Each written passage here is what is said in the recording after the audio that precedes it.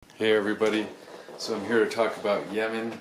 And first of all, since a lot of you may not know exactly where it's at, well, here's Africa and Saudi Arabia, and it's right here. It's on the southern edge of Saudi Arabia. But first of all, Yemen has already historically been the poorest country in the entire Middle East.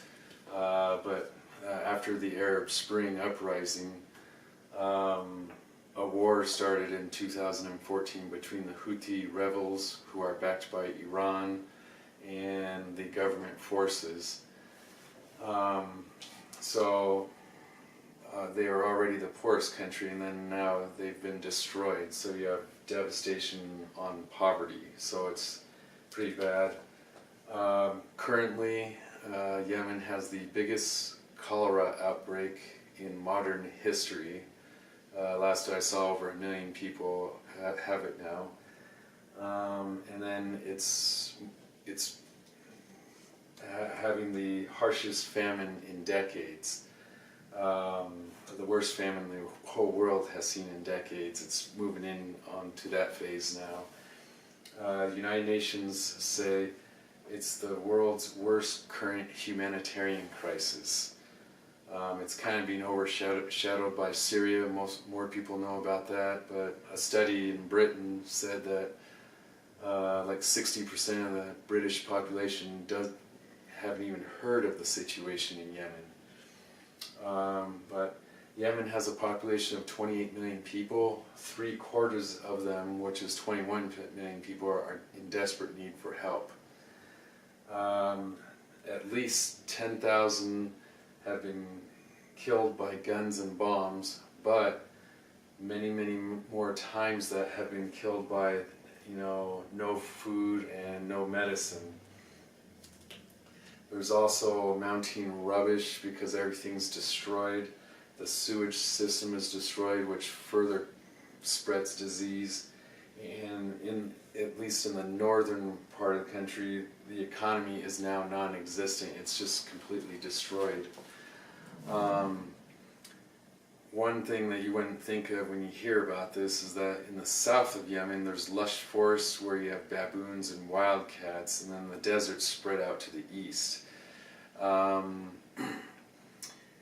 Now, the water, education, and health systems are all completely shattered. The coalition airstrikes led by Saudi Arabia have targeted factories, food storage warehouses, and the airport in the capital of Sinai. The main roads are pockmarked with craters, so they're not really drivable. The main port for the whole country is operating way below capacity because the cranes have been damaged, and the U.S. has actually tried for months to supply new cranes, but the coalition has blocked that effort. And I'll tell you why. This is just a domino effect.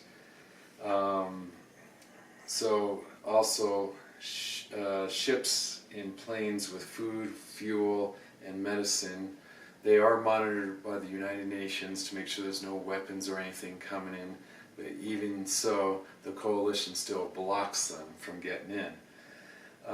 So this causes another domino to fall, which, since the fuel is being blocked, this has crippled the water pumping stations in Yemen. So the citizens have no choice but to drink from contaminated water sources, and which has caused the cholera outbreak. And then another domino, since the coalition is blocking shipments and blocking the port from being repaired, medicine isn't getting in. So when these people get cholera because there's no fuel for their water pumping stations, then there's no medicine to treat the cholera, because there is a medicine in existence that can treat cholera, but these people have no access to it. So it's just a double whammy. They get cholera and then they just die from it because there's no treatment. 40 health centers in the first 6 months were bombed by the coalition. Amnesty International said civilians, hospitals, schools, and markets have been targeted. a spokesman for the coalition he actually said that the city of Sadai, which has 50,000 people, is a military target, so he's willing to wipe it out. This whole thing started, well, first of all, in 2012, the former president, Ali Abdullah Saleh, he stepped down after the Arab Spring, and his vice president, Hadi, became president, took over, and then Hadi asked Prince Mohammed bin Salman, the Crown Prince of Saudi Arabia, for help, and so the prince organized a coalition that includes Egypt, Morocco, Jordan, Sudan, Kuwait, United Arab Emirates, Qatar, and Bahrain. President Hadi said the Houthis looted $4 billion from the central bank, and again, they're backed by Iran. Now the Houthis actually didn't deny this. In fact, they say, yeah, but we did that, but the money was for food and medicine. But President Hadi said, no, they're using that money to fund the war.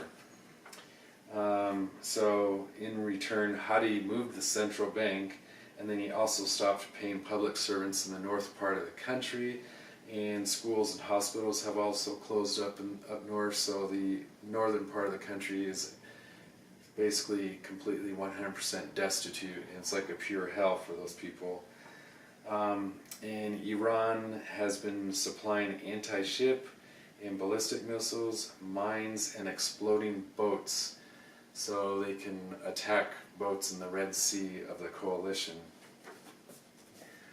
And then also former President Saleh, who had stepped down before the war started, it's been proven that him and his henchmen stole billions of dollars, while the average Yemeni lives on $3 a day. And then one last thing here, others may not want peace. Warlords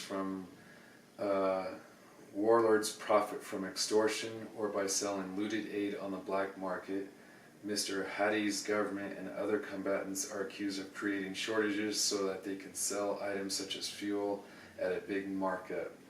So, at any rate, the whole situation in Yemen, it's basically hell on earth, and I challenge you to question yourself if you've even heard of this whole situation, which is going on right as we speak here. So, that's about that.